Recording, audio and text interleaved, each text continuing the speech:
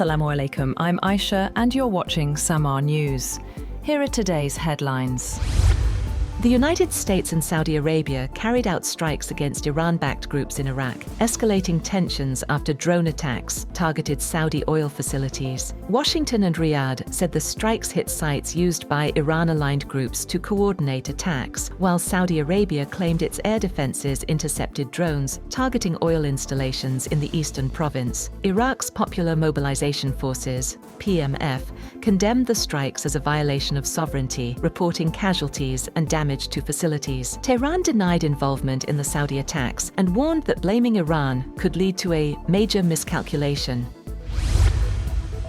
President Donald Trump has vowed to hit Iran hard after the U.S. military said it intercepted multiple Iranian ballistic missiles targeting American forces in the Middle East. In an interview, Trump said Iran would get a beating, but added that talks with Tehran would continue. Trump confirmed that the overnight U.S.-Saudi airstrikes on Iran-aligned militias in Iraq were carried out in coordination with the Iraqi government. Trump described the groups as a cancer on the world and said Washington was considering further action against them.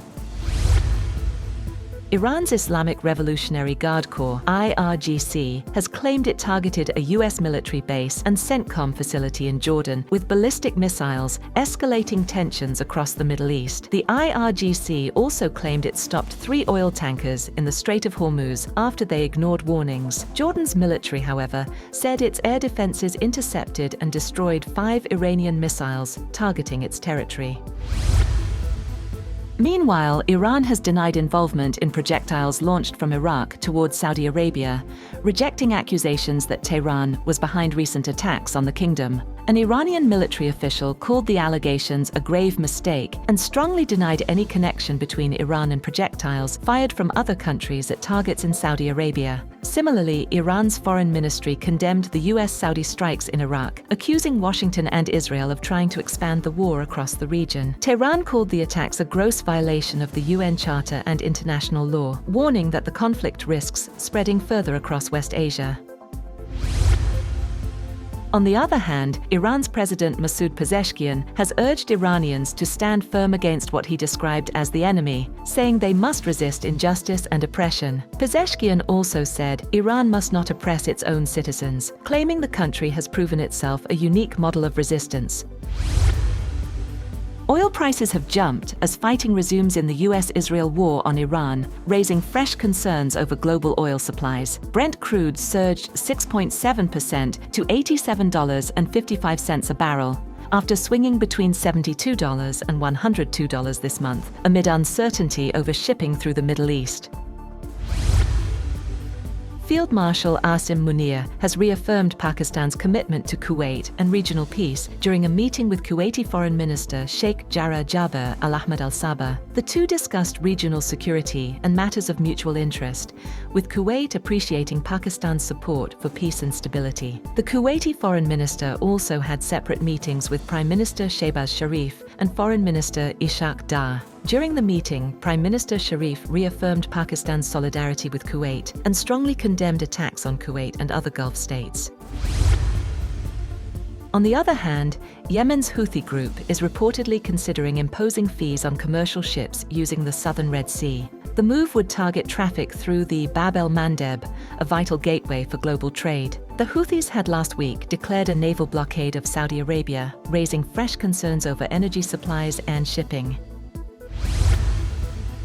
Iran has rejected Oman's proposal for joint regional management of the Strait of Hormuz. According to a senior Iranian official, Tehran insists the strategic waterway must remain under Iranian control and dismissed the Omani proposal as unworkable.